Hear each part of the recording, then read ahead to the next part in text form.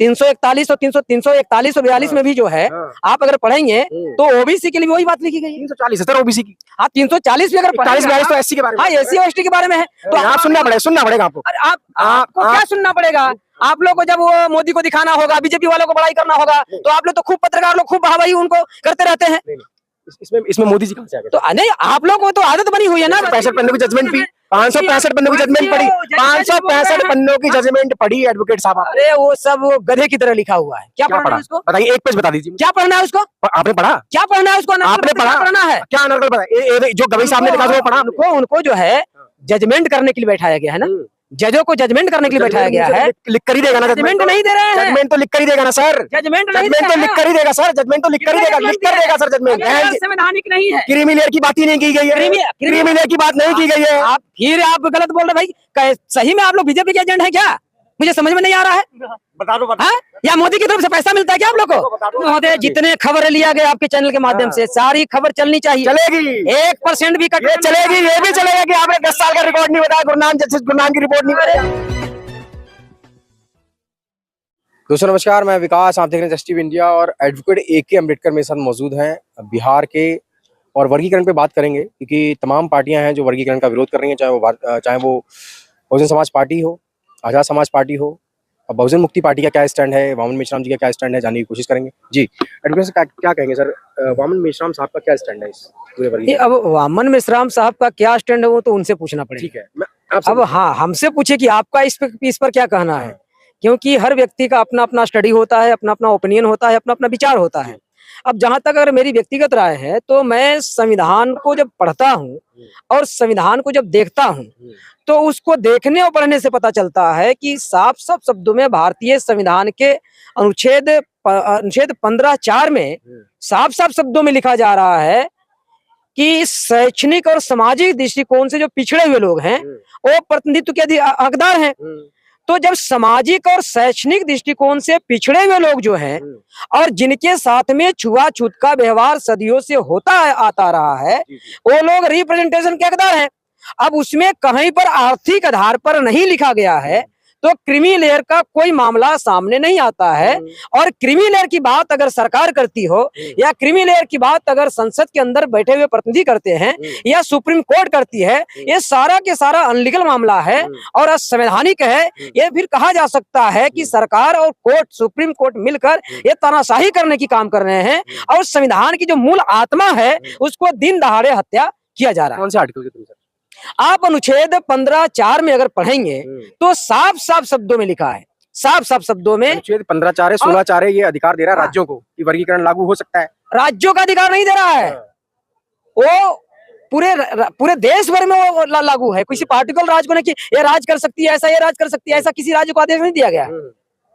अब है कि अगर मान लिया जाए क्लासिफिकेशन की मामला है, सब कैटेगराइजेशन की मामला है, वर्गीकरण की मामला है, तो ठीक है आप अगर शेड्यूल कास्ट में, शेड्यूल ट्राइब में वर्गीकरण करना चाहते हैं आप वर्गीकरण करो, मेरा कोई एतराज नहीं है। लेकिन वर्गीकरण करने से पहले आप पहले एक बार ये तो देखिए कि शेड्यूल कास्ट के लोगों को सेंट्रल गवर्नमेंट की नौकरियों में, पब्लिक अंडरटेकिंग सेक्टर हो या गवर्नमेंट सेक्टर हो, इन सेक्टरों में क्या इनको 15% अभी तक मिल गया? 1950 में संविधान लागू है, अभी 2024 चल रहा है, तो 50 से लेकर 24 तक अगर अनुसूचित जाति के लोगों को 15% हर क्षेत्रों में कोटा पूरा हो गया तब फिर आप क्लासिफिकेशन की बात करो, वर्गीकरण की बात करो, सब कैटेगराइजेशन की बात करो। और जब पूरा नहीं हुआ है तो फिर चाहे क्रीमी लेयर की आप बात करते हैं या सब कैटेगराइजेशन की बात करते हैं, ये बेफजूल बातें हैं और संवैधानिक बातें हैं। और ये हम तय करेंगे, अगर हमारी कोटा पूरा हो गया हो फिर हम तय करेंगे कि हमें अपने भाइयों को जिनको नहीं मिला है उनको कितना देना है। फिर उनकी संख्या गिनती किया जाएगा, उनकी कितनी संख्या है, सामाजिक दृष्टिकोण से कितना पिछड़ा है, आर्थिक दृष्टिकोण से कितना पिछड़ा है, शैक्षणिक दृष्टिकोण से कितना पिछड़ा है, राजनीतिक दृष्टिकोण से कितना पिछड़ा है, तब जाकर उनको अलग से प्रावधान करने की काम किया जाएगा। तो ये हम लोग करेंगे कि वो करेगा? हमें अपना भाई को देना है ना, तो हम न तय करेंगे। तो ये जबरदस्ती करने की काम जो चल रही है, ये तानाशाही जो करने की काम चल रहा है, ये तानाशाही जानबूझकर किया जा रहा है, ये हम लोग चलने देने वाले नहीं है। और बहुजन मुक्ति पार्टी लगातार इसकी विरोध करते आ रहे हैं हम लोग। और कल हम लोग ने धरना, विरोध किस चीज? विरोध प्रतिनिधित्व देने का विरोध है या इस पूरे वर्गीकरण का विरोध है? पूरे जो क्रीमी लेयर की बात कही जा रही है। क्रीमी लेयर की बात कहाँ गई है सर? आपने सुप्रीम कोर्ट ने जो 1 अगस्त को जो अपना एक निर्णय दिया, अपना वो तो राय थी, decision, वो तो राय थी। हाँ ना, तो राय क्यों देगा? अनर्गल राय देने के लिए जज बना है तो क्या खुदा बनकर बैठा है क्या? जज बना है ना, वो खुदा नहीं बना हुआ है। तो जब खुदा नहीं है, तुम जज हो, तो जजों को काम है जज की तरह बात रखना। तो चाहे तुम निर्णय दो या तुम सजेशन दो एडवोकेट या तुम साहब, अपना राय दीजिए या जजों अपना विचार दीजिए, जजों तो ने- संविधान के दायरे में जजों रहकर ने विचार जो दीजिए। राय दी है वो पिछले आंकड़ों को देखकर ही दी है ना सर। तो जज जो बोलेगा वो सब उनका सही है क्या? नहीं, जो आंकड़े हैं उन्हीं पे तो उन्होंने राय उनको दी है। संविधान समझ में नहीं आता है क्या? आर्टिकल उनको पढ़ने नहीं आता है क्या? गधे लोग बैठे हैं क्या? अब जो विरोध कर रहे हैं वो अकल तो होगा उनको ना। जो विरोध उनको कर तो ज्यादा अंग्रेजी नहीं आता, नहीं उनको ज्यादा एडवोकेट अंग्रेजी साहब, नहीं आता है। जो विरोध कर रहे हैं वो 341 342 बता रहे हैं। 341 और 341 और 42 में भी जो है, हाँ। आप अगर पढ़ेंगे तो ओबीसी के लिए भी वही बात लिखी गई है। 340 है सर ओबीसी की, आप 340 भी अगर 41 42 तो पढ़ेंगे, एससी के बारे में। हाँ एससी और एसटी के बारे में है, तो आप वहां भी पढ़ेंगे तो वहां भी वही पिछड़ा शैक्षणिक और सामाजिक दृष्टिकोण से लिखा हुआ है। 41 और 42 में अलग बात कही गई है। 41 42 में कहा गया जातियों को जोड़ने और आप जातियों अगर 40 की बात करते हैं, अनुच्छेद 40 की बात करते हैं, तो 40 वही बात लिखा जा रहा है। हाँ। अब वो मंडल कमीशन की अगर बात करते हैं तो उन्होंने उसमें क्रिमिनल की मामला लाया गया। मंडल कमीशन तो आप अलग अगर मूल संविधान को पढ़ेंगे तो मूल संविधान में भी वही बातें लिखी गई जो है। जो 15(4) में सुप्रीम लिखा सुप्रीम गया है, सुप्रीम सुनिए, वही 340 में भी लिखा गया है। अलग है। OBC 16 4 15 4 अलग अलग है सर। आप 16 4 15 4 340 को कैसे जोड़ सकते हैं सर? जो सामाजिक और और शैक्षणिक, 340 ओबीसी की बात कर रहे हैं। तो उसमें भी सामाजिक और शैक्षणिक, जैसे शेड्यूल कास्ट की सामाजिक और शैक्षणिक है। आप आर्टिकल 340 जब पढ़ेंगे तो वहां भी सामाजिक और शैक्षणिक, वहां वहां तो ओबीसी की बात चल रही है। हाँ, तो एसी भी सामाजिक और शैक्षणिक दृष्टिकोण से पिछड़ा हुआ है, ओबीसी भी सामाजिक और शैक्षणिक दृष्टिकोण से पिछड़े हुए हैं। लेकिन ओबीसी और एसी में क्या अंतर साहब है? एक सवाल इसके साथ में छुआछूत का व्यवहार होता है, जो इसके साथ में छुआछूत नहीं का आप व्यवहार सुनना पड़ेगा आपको। और आपको क्या सुनना पड़ेगा? आप लोग को जब वो मोदी को दिखाना होगा, बीजेपी वालों को बड़ाई करना होगा, तो आप लोग तो खूब पत्रकार लोग खूब वाहवाही उनको करते रहते हैं। इसमें मोदी जी कहां से आ गए? तो नहीं, आप लोग को तो आदत बनी हुई है ना, इसमें मोदी जी पिटना। आप लोग इसमें मोदी जी कहां से पिटते रहते इसमें हैं। मोदी जी कहां से आ गए? नहीं, बीजेपी वाले को खूब डंका इसमें पिटते रहते बीजेपी हैं। कहां से आ गई? इसमें बीजेपी कहां से आ गई? मोदी जी कहां से आ गए? आरएसएस कहां से आ गई? पत्रकारों की आदत है कि भाई इनकी जो है, इनकी डंका पिटने में आप लोग को मन लगता है। कहां पूरी बातों मैं तो वर्गीकरण तो पहले सुनिए। मैं तो वर्गीकरण में बात कर रहा ना, हूं। मैं वर्गीकरण का ही तो आपको जवाब दे रहा हूँ। क्या बताइए? वर्गीकरण का तो मैं कई बार आप अभी कह रहे 15 4 में कह रहे सेक्ट्रिक्स और उसके हिसाब से उनको बराबरी का हक मिलना चाहिए। मिलना चाहिए। मिलना चाहिए। आप वर्गीकरण तो वही- करना चाहते हैं, वो अगर सुप्रीम कोर्ट के जजों का ऐसा निर्णय है या ऐसा सजेशन है, तो मैं आपको कह रहा हूँ, मैं अपने दर्शकों को मैं बताना चाह रहा हूँ, और आप लोग पत्रकार लोग हैं, ये बात बीजेपी वाले लोगों से पूछना चाहिए और मोदी को भी जाकर पूछना चाहिए, उनके चट्टे बट्टे लोगों को भी पूछना चाहिए और जजों को भी पूछना चाहिए। फैसला बीजेपी ने थोड़ी ना दिया सर। बीजेपी के ही तो रखेल बनकर लोग बोल रहे हैं, जैसा बीजेपी के लोग बोलते हैं, जैसा भागवत बोलता है। 565 पन्नों की जजमेंट पड़ी, 565 पन्नों की जजमेंट पड़ी, 565 पन्नों की जजमेंट पड़ी एडवोकेट साहब। अरे वो सब वो गधे की तरह लिखा हुआ है। क्या क्या पढ़ना पढ़ा? है उसको? बताइए, एक पेज बता दीजिए। क्या पढ़ना है उसको?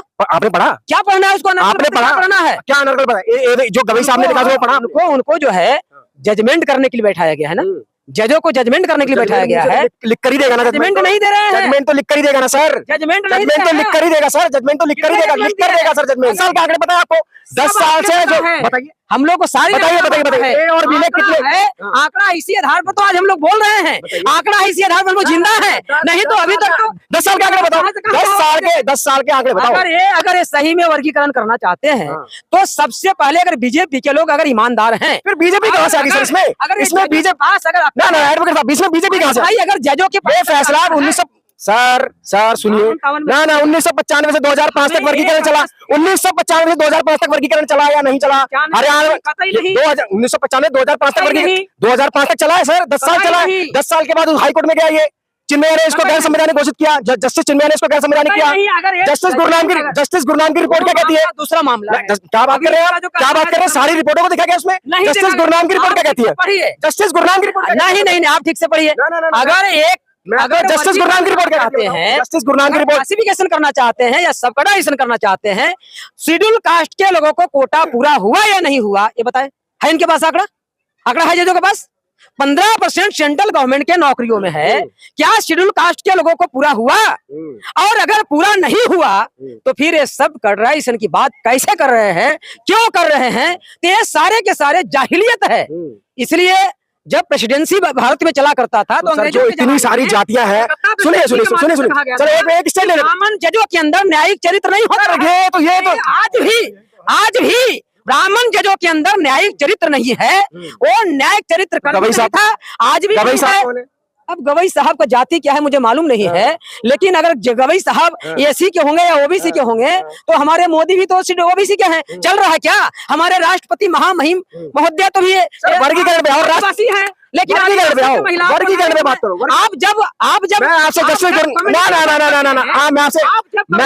मैं आपसे आंकड़ों की बात कर रहा हूँ, मैं बता रहा हूँ सर ना जस्टिस गुरनाम की रिपोर्ट बता दो मुझे। जस्टिस गुरनाम की रिपोर्ट में क्लियर कहा गया है, सारे आंकड़े दिए। मैं आपको जो पूछ रहा हूँ इन जजों को, आपको तो बताना है, मैं बता रहा हूँ इन जजों को आप जाकर पूछिए कि जज साहब आपके पास कोई आंकड़ा है कि शेड्यूल कास्ट के लोगों को अगर सेंट्रल गवर्नमेंट की नौकरियों में सेंट्रल लेवल पर अगर 15% हिस्सेदारी चाहिए, क्या उनकी 15% पूरा हो गया है? थोड़ा पूछिए तो जजों को, चाहे आप जिन जिन जजों के नाम ले रहे हैं, या चंद्रचूड़ हो, चूड़ हो, पूछिए उनको। तो जब हमारा पूरा ही नहीं हुआ है, विरोध इसलिए क्रिमिनल की मामला विरोध इसलिए यस, हाँ विरोध इसलिए पहले हमारा पूरा करो ना भाई। आप सब पंजाब और हरियाणा के आंकड़े पूछ रहे हैं, वो नहीं बता रहे। जस्टिस गुरनाम की रिपोर्ट आपने मुझे बता रहे, आंकड़ों के आधार पे ही तो डिसीजन होगा एज अ जज। अगर आप फैसला, मामला नहीं है ये सेंट्रल लेवल पर इन्होंने सेंट्रल लेवल पे तो दिया, लेकिन ये मामला चलकर कहाँ से आया सर? ये चलकर तो पंजाब से आया सर। चलकर आया तो पहले आंकड़ा को, वो आंकड़ा अपने सामने रखे और आंकड़ा को सर पूरे आंकड़े देखकर ही तो जजमेंट दी है। कोई आंकड़ा इनके पास नहीं है, पूरे आंकड़े हैं सर। 6543 नौकरियां लगी है सर, बैकलॉग है 6543 नौकरियां एक कैटेगरी में सर। अच्छा ये बताइए, ठीक है, आप वर्गीकरण में बात कर रहे हैं, बताइए कितनी जातियां थी सर वर्गीकरण में? जब हरियाणा पंजाब में चला था कितनी जातियां थी बताओ? एक ग्रुप में कितनी जातियां हैं? ये अभी जो सेंट्रल लेवल पे बात कही, मैं अभी इसकी बात कर रहा हूँ सर, जो जहाँ से चल के आया उसकी बात। बार बार मैं एक बात को फोकस कर रहा हूँ कि ये जजों को, ये जज जिस प्रकार का निर्णय देना चाहते हैं, जिस प्रकार का सजेशन देना चाहते हैं, जिस प्रकार का डिसीजन देना चाहते दें, लेकिन सबसे पहले अगर पढ़े लिखे आदमी है, विद्वान आदमी हो, तुम न्याय देने वाला न्यायमूर्ति बनकर बैठे हो तो आंकड़ा इकट्ठा करो। अरे है नहीं आंकड़ा सर, जस्टिस गुरनाम की रिपोर्ट भाई, क्या जस्टिस गुरनाम के पूरे भारत का आंकड़ा है? सर स्टेट से ही चल के आ रहा है ना, क्या पूरे भारत स्टेट से ही चल के आ रहा है सर। जस्टिस जिनका नाम आप ले रहे हैं, जस्टिस गुरमीत के नाम ले या किनका, गुरनाम जी का नाम ले रहे हैं, क्या उनके पास पूरे भारत की आंकड़ा है? सर स्टेट 2 स्टेटों में लागू हुआ था सर, 2 स्टेट में, क्या पूरी भारत, पंजाब हरियाणा में लागू हुआ था। मैं भारत के लेवल पर बात कर रहा हूं कि अगर ये इनका निर्णय ऐसा है या सजेशन ऐसा है तो ये आंकड़ा को पहले सामने लाए और फिर उस आंकड़ा को पब्लिश करे। फिर पब्लिश करने के बाद उसके ऊपर हिंदू में पब्लिश हो चुका है, इंडिया टुडे में हुआ, इंडिया मैं आपको मैगजीन दे दूंगा, मैं आपको मैगजीन दे दूंगा। इंडिया में तो अभी पब्लिश, हिंदू में पब्लिश हुआ, इंडिया टुडे में हुआ। यहाँ के लोगों से नहीं मिलता है। वर्गीकरण में ब्राह्मणवाद कैसा? वर्गीकरण में ब्राह्मण, हमारे लोग कितने इंग्लिश पेपर पढ़ते हैं, उसको सारे पेपर में छापना चाहिए, उसको संपादकीय में छापना चाहिए, उसको एडिटोरियल में छापना चाहिए, मुंह प्रिंट में छापना चाहिए। अरे कहीं कोने में छाप दिया तो तुम डंका पीटो कि हमने द हिंदू में डाल दिया, इसमें डाल दिया। तुम टीवी चैनल पे क्यों नहीं चलाते हो? डिबेट में हम लोग को क्यों नहीं बुलाते हो? बुलाओ हम लोग को, तब जानते हैं ना कि तुम लोग ईमानदार हो। तुम्हारा तो ठीक है, आप पे सपोर्ट नहीं कर रहे वर्गीकरण का। नहीं, कैसे कर सकते हैं? तभी मैं कर सकता हूँ जब हमारी आंकड़ा को, एक तो आर्टिकल होगा जो गैर संवैधानिक, लोगों ने कहा जब ये फैसला आया संवैधानिक नहीं है, क्रिमिनल की बात ही नहीं की गई है, क्रिमिनल की बात नहीं की गई है। आप गलत बोल रहे भाई। सही में आप लोग बीजेपी के एजेंट है क्या? मुझे समझ में नहीं आ रहा है। बता दो या मोदी की तरफ से पैसा मिलता है क्या आप लोग को? मुझे तो ऐसा लगता है। अरे साफ सारे पेपरों में छपकर आया, कि भाई वो क्रिमिनल की बात कहा और सबका कटाइशन की मामला कहा। राय में और जजमेंट डिफरेंस है या नहीं? हाँ तो भाई राय में और जजमेंट में डिफरेंस है या नहीं? तो तुमको राय तुमको गैर संवैधानिक देना है। मैं एडवोकेट साहब के बारे में मेरी राय है आप पगड़ी पहनो, मेरी राय है आप पगड़ी पहनो और मैं कहूँ गंजे हो जाओ, दोनों में डिफरेंस है या नहीं है? रिटर्न में कहा जाएगा ना कि व्यवहारिक और सैद्धांतिक तौर पर कितना सही है। आपकी राय व्यवहारिक तौर पर और सैद्धांतिक तौर पर और संवैधानिक तौर पर कितना सही है तब मानी जाएगी। सर एडवोकेट साहब सुनना पड़ेगा, ना सुनना आप लोग गलत बात नहीं, सुनो पहले सुनो। बात मोदी के सुनने वाला नहीं हो, आपका क्यों सुनेंगे? ये गजब को सुनने वाला नहीं है, अब आपको सुनेंगे? ना सुनना नहीं सुनने वाले हैं। नहीं, जो राय और जजमेंट में दोनों में डिफरेंस है। मैं बार बार कह रहा हूँ क्रिमिनल पे पक्ष ही देना चाहते हो, सर सजेशन ही नहीं क्रिमिनल संविधान के विरोध में नहीं सुनिए, यहाँ राष्ट्र के विरोध में तो फिर जो 10% के कोटे पे विरोध क्यों नहीं हुआ? 10% के कोटे पे विरोध 10% के कोटे पे तो समर्थन किया। पार्टी की जैसी सरकार आएगी ना, जैसी सरकार आएगी, मैं तो एक बार लगातार हमारी पार्टी, हमारे राष्ट्रीय अध्यक्ष, हमारी संगठन बार बार ये कह रही है कि जैसी हमको मौका मिलेगा 3.5% ब्राह्मणों को ईमानदारी से हमारी सरकार 3.5% देगी। क्षत्रियों की जनसंख्या 5.5% है, ईमानदारी से हमारी सरकार 5.5% देगी। वैश्य बनिया की जनसंख्या 6% है, ईमानदारी से हमारी सरकार उनको 6% देगी। और इसमें ओबीसी की जनसंख्या पुरानी आंकड़ा के अनुसार 52% है। जब हमारी सरकार बनेगी हम नई गिनती करेंगे, अगर 60% आएगा, ईमानदारी से ओबीसी को 60% दिया जाएगा और शेड्यूल कास्ट को भी नई आंकड़ा लाया जाएगा। अगर 18% हो जाता है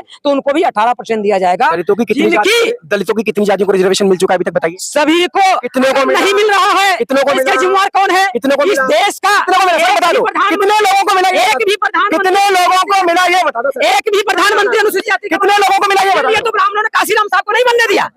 काशीराम को इसलिए तो नहीं बनने दिया, अगर काशीराम साहब बन गए होते तो इस देश में शेड्यूल कास्ट में जो 1803 जातियां हैं, सारे जाति के लोगों को वो अधिकार मिलता। आज तक आप ही बताइए पत्रकार महोदय, एक ही अनुसूचित जाति का व्यक्ति देश का प्रधानमंत्री बना? नहीं बना। एक ही देश का मुसलमान इस देश का प्रधानमंत्री 50 पार्टियां बनाना कहां से बनेगा? 50 पार्टी बनाना मौलिक अधिकार है। आप भारतीय संविधान एक ही संगठन के 4 ग्रुप है। 19 पढ़ी, उसमें कितनी है बताइए? बनाना बामसेब कितनी है? बामसेब कितनी है बता दो। अब एक मातम साहब की, महेश राम साहब की, कितनी? मैं तो पार्टी का आदमी हूँ, तो पार्टी का सवाल। मातम साहब की। अब जो बामसेब चलाते हैं उनको पूछिए, हमको बामसेब के बारे में क्या जानकारी है? अलग अलग संगठन तो है ना सर। प्रदेश अध्यक्ष हूँ। अब जो बामसेब चलाते हैं आप उनको जाके सवाल करिए। वापस आ जाते हैं, वापस वर्गीकरण पे आ जाते हैं। अब वर्गीकरण पर एक ही 10 साल का जो 10 साल का जो रिजल्ट था, खबरते रहते उधर वहाँ सुअर का चर्बी मिल गया मंदिर में, तिरुपति में सुअर का चर्बी, गाय का चर्बी। साले कितने सालों से वो यहाँ के भारत की जनता को चूतिया बना रहे थे। संवैधानिक बात करिए, संवैधानिक शब्द यूज करिए सर। भाई एक एडवोकेट की भाषा और भाषा की मर्यादा रखिए। भाषा की मर्यादा, उनके लिए वही शब्द ज्यादा उचित लगता है। भाषा की मर्यादा रखिए। उनके लिए वही। आप संविधान को मानने वाले लोग हैं सर। दुख हो रहा है? मुझे भी दुख होगा। नहीं, भाई संविधान को मानने वाले लोग हैं ना, संविधान को मानने वाले लोग हैं सर। संविधान का मानने वाले लोग हैं। वो चर्बी सुअर का मिला रहा था, उनको संविधान नजर नहीं आ रहा था? गाय का चर्बी लड्डू में मिलाकर आप तो मंदिर देख, आप लोग तो मंदिर, संविधान मंदिर से आप। अरे मंदिर से नहीं लेना देना है, मानव से तो लेना देना है ना, इंसान से तो लेना देना है ना, मंदिर से तो लेना देना है ना। मैं नहीं जाता हूँ, मेरा भाई तो मंदिर में जाता है ना। क्या ब्राह्मण उसको सुअर की चर्बी खिलाएगा? क्या उसको गाय का चर्बी खिलाएगा? हरामखोर आदमी। तो इस प्रकार से ये ब्राह्मणों की शैतानी है और नालायकी है कि यहाँ के जनता को कितना गुमराह करते रहे हैं। साले सुअर की चर्बी मिलाकर घी बना देना, गाय के चर्बी मिलाकर घी बना देना, कितना बेवकूफी है। अभी जो है करने वाले ब्राह्मण, हमारे एक बिहार का विधानसभा के अध्यक्ष हैं नंदकिशोर यादव। अब नंदकिशोर यादव क्या कहते हैं, अशोक स्तंभ को नंदकिशोर यादव कहता कि शिवलिंग है। तो मैं, कई पत्रकारों ने हमारा इंटरव्यू लिया, तो मैंने पत्रकारों को कहा कि पत्रकार महोदय जैसा हमारा इंटरव्यू लिया है, ऐसी जाके ये माइक जो है नंदकिशोर यादव के मुंह में घुसाओ और कहो कि नंदकिशोर यादव जी, लिंग और स्तंभ में आपको समझ में नहीं आता है। अरे इतना मोटा ये पत्थर का स्तंभ है और लिंग कैसा होता है और स्तंभ कैसा होता है? कैसे आप स्पीकर बन गए विधानसभा के?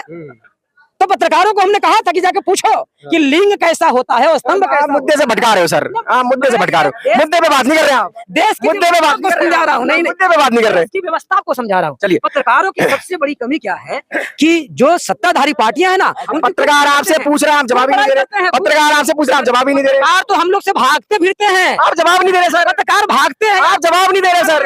जवाब क्या देना है? उल्टे पुल्टे जो है वर्गीकरण पे मैं, इनकी सारी जवाब दे दिया गया है, सारी सवालों को जवाब दे दिया गया। मैं आपसे 10 पूरे देश में 100% वर्गीकरण होना चाहिए। ब्राह्मण कितना खा रहा है, दुनिया कितना खा रहा है, 100% वर्गीकरण किया जाए। फिर देश में जो वर्गीकरण का जो सुप्रीम कोर्ट ने निर्देश दिया है वो पूरे देश में लागू करो, लेकिन 100% लागू करो। महोदय, जितने खबर लिया गया आपके चैनल के माध्यम से, सारी खबर चलनी चाहिए। चलेगी, 1% भी कट चलेगी। ये भी चलेगा कि आपने 10 साल का रिकॉर्ड नहीं बताया, गुरुनाम की रिपोर्ट नहीं बताई आपने। गुरुनाम के पास पूरी भारत के आंकड़ा है क्या? मैं उनको जस्टिस साहब को पूछना चाहता हूँ कि भारत, भाई एडवोकेट आप हैं, आंकड़ा तो आपके पास होना चाहिए। वर्गीकरण पे बात आंकड़ा है तब तो घंटों बोल रहे हैं। मैं आपको बोल रहा हूँ मैं 10 साल का आपको बता, आपको मैं 10 साल की रिपोर्ट बता रहा हूँ, वो भी नहीं आप बोल रहे हैं। कमरे में बोलने वाले लोग नहीं है, और सच बोले तो आरएसएस का हो जाता है, बीजेपी का हो जाता है। पब्लिक के सामने बोल रहे हैं। चलिए आप लोगों को दिखाइए। चलिए, तो ये हमारे साथ एडवोकेट ए के अम्बेडकर जी से, बिहार से हैं, और वर्गीकरण पे हमारी तमाम आपने वार्तालाप सुनी है, इसको आप कैसे देख रहे हैं, अपनी राय कमेंट में जरूर दें। धन्यवाद।